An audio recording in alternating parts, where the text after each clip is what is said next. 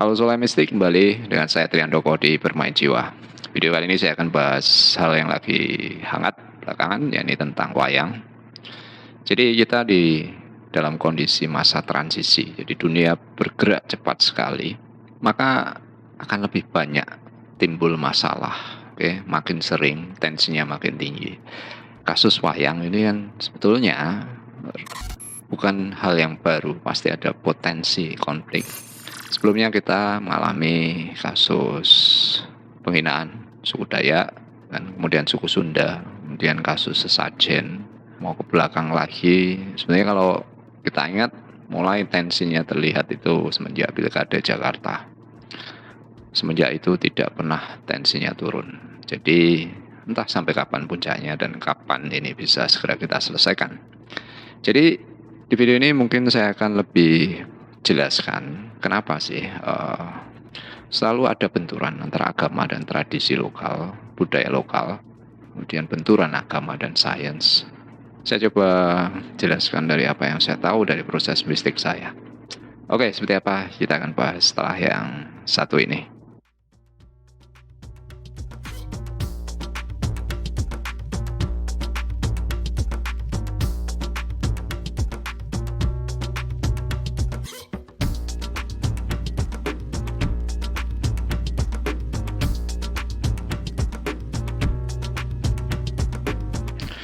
Jadi kita di satu kondisi yang mau tidak mau memaksa diri kita untuk menentukan lagi, merumuskan apa yang sudah diwariskan oleh pendiri bangsa. Ini mendefinisikan tentang Pancasila, yang PR yang belum terselesaikan. Jadi semenjak Pancasila itu digali kemudian dijadikan dasar negara, Soekarno pada awalnya ingin menggabungkan Nasakom, ya, nasionalis, agama, dan komunis. Pada akhirnya komnya sudah tidak ada, artinya kita lebih pada ideologi barat, dan yang tersisa sekarang antara nasionalis dan agama.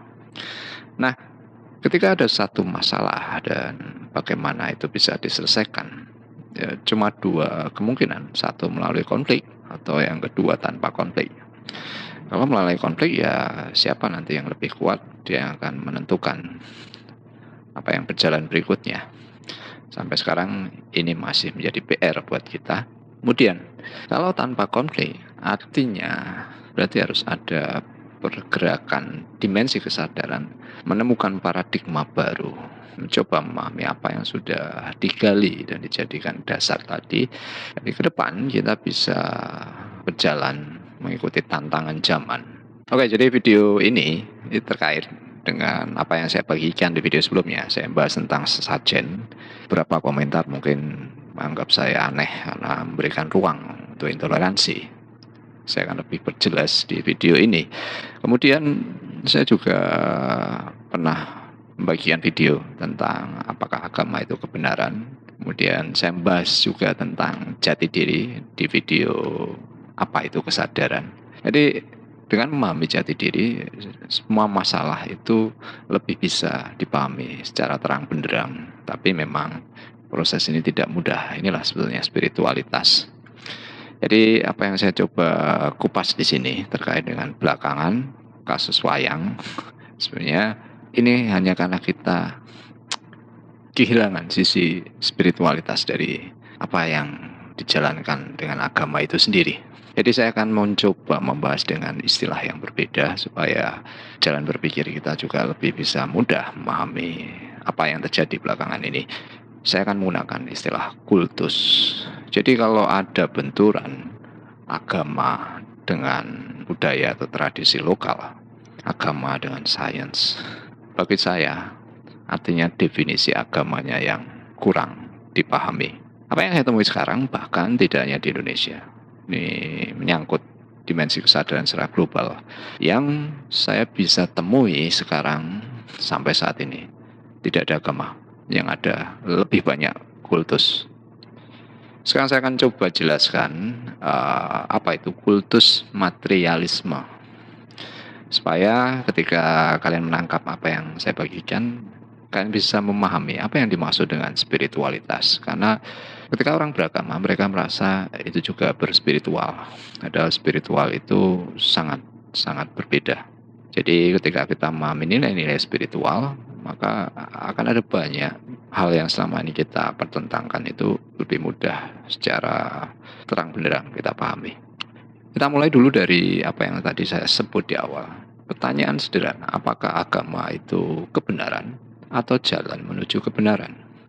Konflik belakangan atau suatu hal yang memancing reaksi ini tentang pengharaman wayang. Kenapa bisa demikian? Ya, karena sisi pandangnya adalah bahwa agama itu kebenaran. Maka apapun yang tidak sesuai dalam definisi mereka tentang agamanya dianggap salah. Oke, jadi ini terjadi karena agama itu adalah kebenaran. Orang tidak mudah memahami hal ini, tapi sebetulnya ini adalah tentang melihat satu hal dalam hal ini agama. Pertanyaannya adalah agama itu jalan menuju Tuhan atau agama itu tujuan atau Tuhan itu sendiri. Karena dengan orang tidak memahami hal yang sederhana ini, maka kita bisa temui sekarang ada penistaan agama, ada tindakan membela Tuhan. Kenapa? Ya karena agamanya adalah tujuan. Agamanya sendiri itu adalah Tuhan. Jadi dia harus dibela, dipertahankan. Dan disinilah carut marutnya. Dan ini sebetulnya bukan hal yang baru. Ribuan tahun yang lalu juga sudah ada. Nah sekarang kalau saya tanya kalian, dari analogi tadi yang sederhana, apakah agama jalan ataukah tujuan? Pertanyaan yang sama ketika saya menanyakan ke kalian, apakah obat itu kesembuhan atau obat itu sarana untuk sembuh? Oke. Jadi yang terjadi sekarang di masyarakat, segala hal itu dievaluasi berdasarkan cara mana yang mereka yakini, bukan pada output. Akhirnya kenapa timbul banyak konflik agama? Karena standarisasi adalah tentang cara, bukan tentang output. Padahal bagaimana orang itu menjadi baik, menjadi lebih sadar, 1001 jalan. Ada yang lewat agama, ada yang lewat seni, ada yang lewat sains. Tapi disinilah ketika orang tidak memahami agama menjadi alat yang ampuh, yang bisa menyebabkan potensi konflik dan banyak hal. Jadi ketika orang itu mendefinisikan agama itu adalah kebenaran, maka yang terjadi berikutnya adalah mereka mempertahankan itu. Nah, apalagi dengan sistem yang sudah ada sekarang, agama sebagai identitas, artinya ini sudah membuat medan konflik antar identitas. Oke, jadi pertama agama dianggap sebagai kebenaran, yang kedua agama itu adalah identitasnya. Nah ini yang hilang dari nilai-nilai spiritualitas dalam agama itu sendiri. Jadi ini sering muncul dari pembelaan banyak orang, pasti mengatakan agama tidak salah, yang salah oknumnya. Tapi menjadi kontradiktif ketika kalau demikian kunci bagaimana orang itu menjadi lebih benar, menjadi lebih baik bukan agama, tapi lebih pada kesadaran oknumnya. Oke, jadi ini yang saya katakan juga 1001 agama, 1001 kitab. Satu kitab dibaca 1000 orang pun tidak menghasilkan output yang sama. Ada yang menentukan di luar itu semua bahwa kesadaran ini adalah memegang kunci. Jadi kenapa menjadi kontradiktif? Karena ada istilah murtad atau keluar dari agama, keluar dari kebenaran. Padahal walaupun secara terang benderang tadi kita sudah mendengar pernyataan sendiri, agamanya tidak salah, oknumnya, artinya kesadaran oknumnya lah yang menentukan. Berarti kebenarannya bukan di agamanya. Agama, ajaran yang disampaikan kitab itu tidak bisa membaca dengan sendirinya. Harus ada orang dengan kesadaran yang membaca kitab itu dan memahami apa yang disampaikan. Oke, jadi ini level spiritualitas di mana kita memahami bahwa ajaran itu bukan di yang tertulis, tapi apa yang bisa dipersepsikan dari kesadaran orang itu. Sekarang bagaimana membedakan agama dengan kultus? Jadi saya katakan saya tidak menemui ada agama, lebih banyak kultus. Jadi kultus ini memang muncul istilahnya dari tradisi agama, tapi kultus tidaknya ada di agama. Jadi tentunya inilah yang ingin coba diselesaikan ketika orang belajar tentang spiritualitas. Jadi kultus ini adalah sebuah aktivitas bagaimana orang melakukan ideologi atau keyakinannya itu secara berlebihan. Nah, ukuran berlebihannya ini kan menjadi relatif. Oke, karena setiap orang punya perspektif sendiri-sendiri. Nah, sekarang saya akan coba berikan indikator bahwa sesuatu itu sudah berlebihan dan menjadi kultus. Jadi seperti yang tadi saya katakan, tidak hanya dalam mempraktek agama saja, tapi semua sendi-sendi kehidupan ini pasti ada potensi menjadi kultus. Ciri pertama dari kultus itu adalah pemimpin itu memiliki otoritas penuh. Jadi pemimpin tidak bisa salah, selalu benar. Artinya pemimpin tidak bisa dikritik. Kata-katanya menjadi hukum.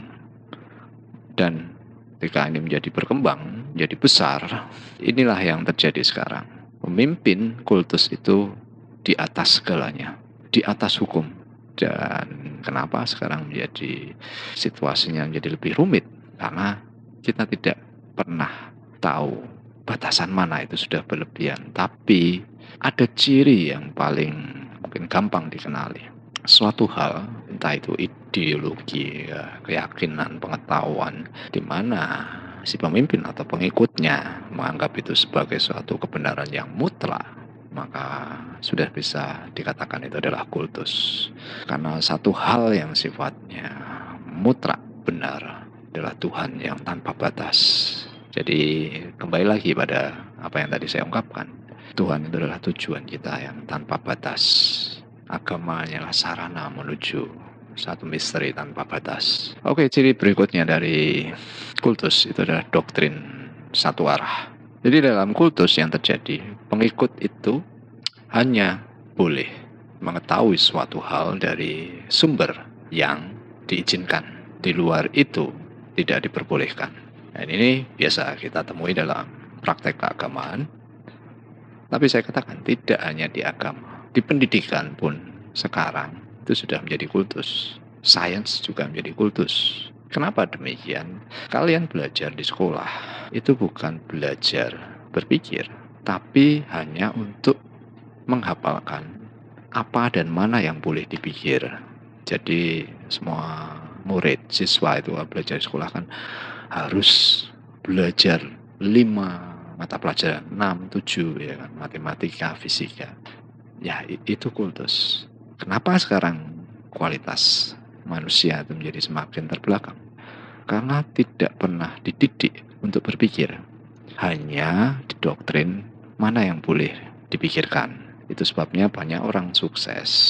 Justru mereka yang drop out dari sekolah. Karena mereka mengerjakan suatu hal dengan sepenuh hati. Dasarkan koneksi dengan Tuhan atau sumbernya yang mengilhami gerakan dirinya. Dengan demikian, ketika hanya ada doktrin satu arah, apapun yang berpotensi mengubah pandangan orang tersebut pada ikatan kultus ini tadi, pasti dilarang. Jadi tidak ada keterbukaan, tidak ada kebebasan berpikir. Jadi dalam kultus, pemikiran kritis itu buruk, tidak boleh, salah. Jadi siapapun yang mencoba mengkritisi, baik di dalam kultus itu sendiri, atau orang di luarnya, pasti dianggap musuh, ya kan, dibilang anti, dan dikatakan murtad. Jadi ini kaitannya kenapa akhirnya mereka yang terlibat dalam kultus menjadi membatasi dirinya dengan orang lain, dengan komunitas lain. Mereka merasa lebih dibanding yang lain dalam tahap yang paling ekstrim sampai meninggalkan keluarganya, meninggalkan segala-galanya untuk tetap berada dalam kultus itu. Nah, ini baru level-level awal.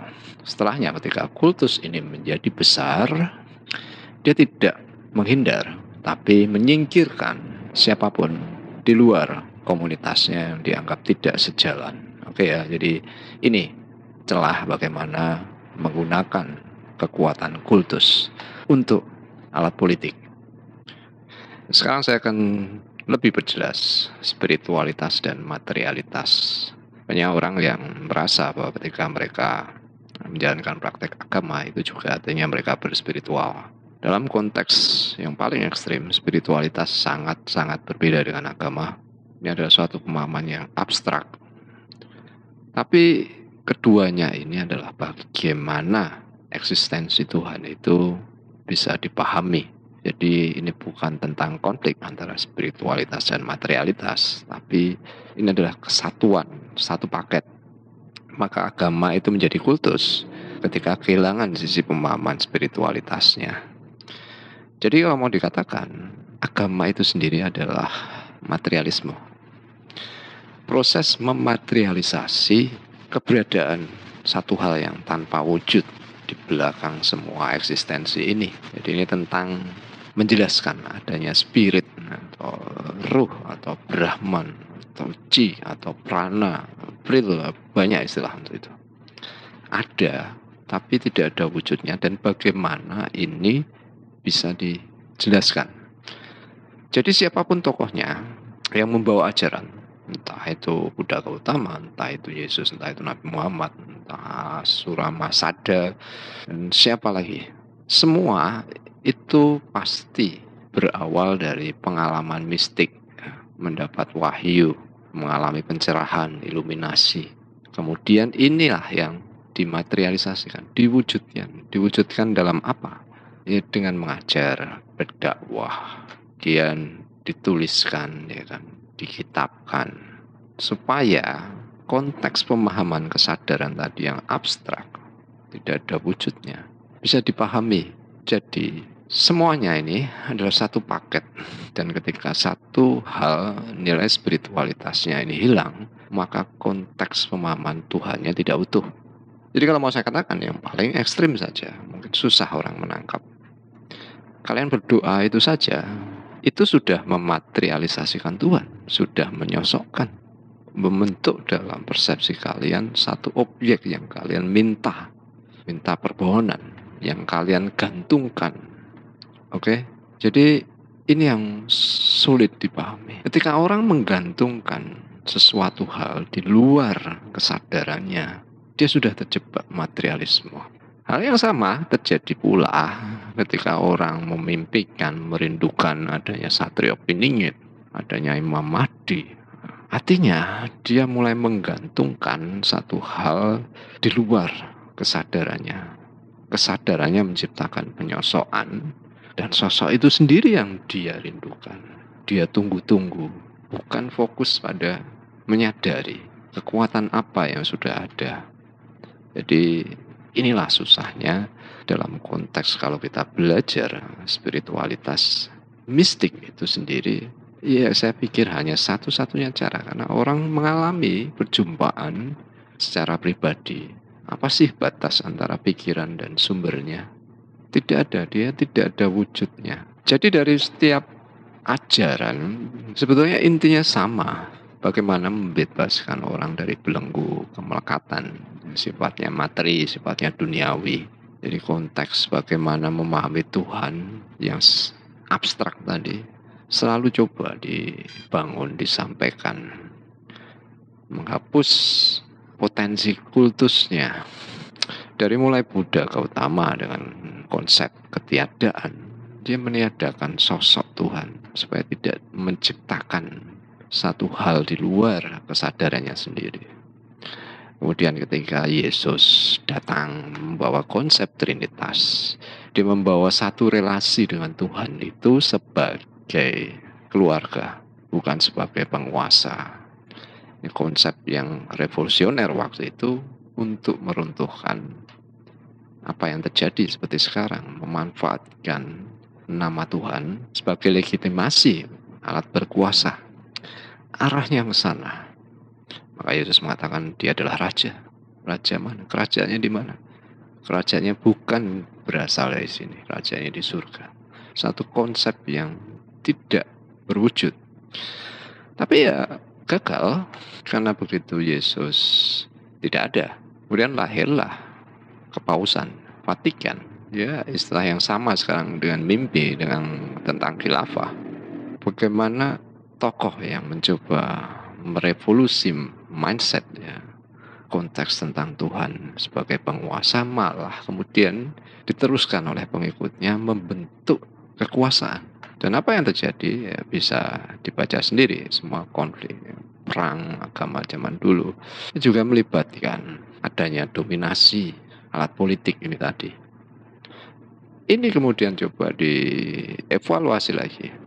Bagaimana melepaskan manusia itu dari belenggu kultus tadi. Di Islam juga diajarkan bahkan tidak boleh menggambar, ya kan? Tidak boleh membuat sesuatu yang menyerupai makhluk hidup, bahkan cuma dilafadzkan.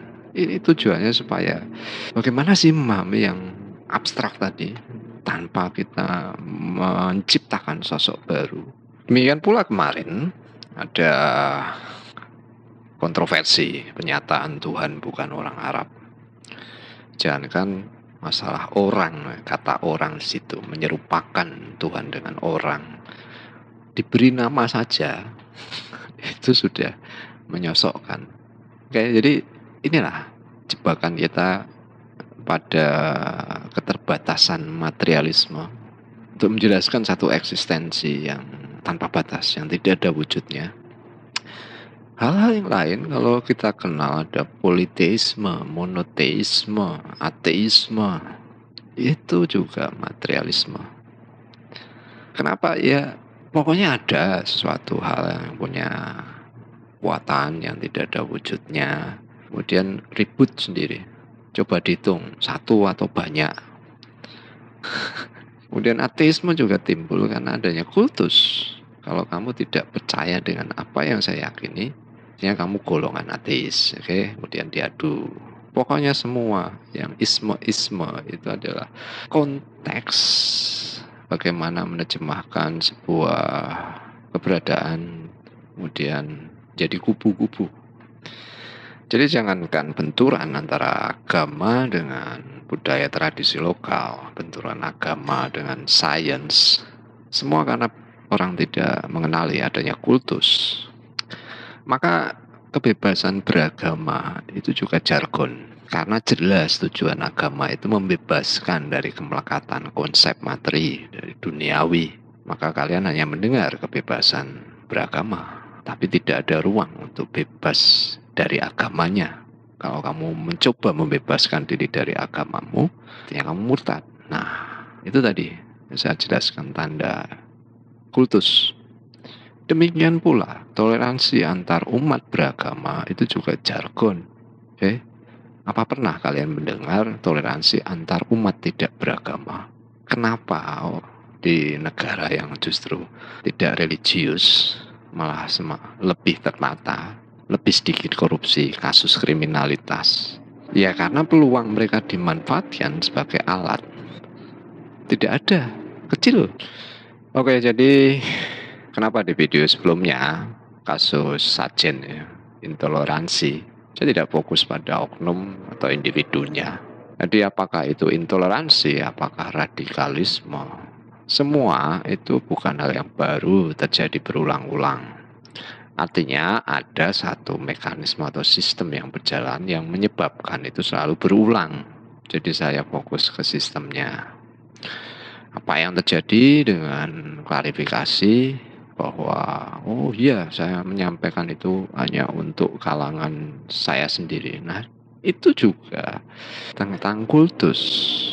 Itu juga sudah menanamkan bibit perpecahan, perbedaan, ya kan. Kamu dikumpulkan sendiri, diberi pemahaman bahwa kamu lebih, kamu yang paling benar, ya kan. Kamu dibatasi untuk berinteraksi dengan yang lain, dan ketika kamu besar, ayo singkirkan yang lain. Ini mekanisme yang terjadi karena adanya kultus itu tadi.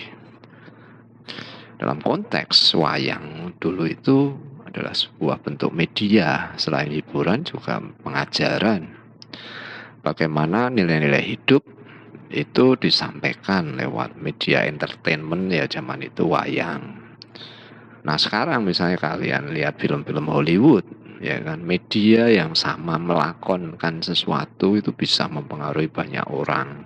Jadi ada banyak cara bagaimana membawa orang itu terbebas dari belenggu kemelekatan. Ya caranya apa saja, tujuannya yang harus dipertahankan.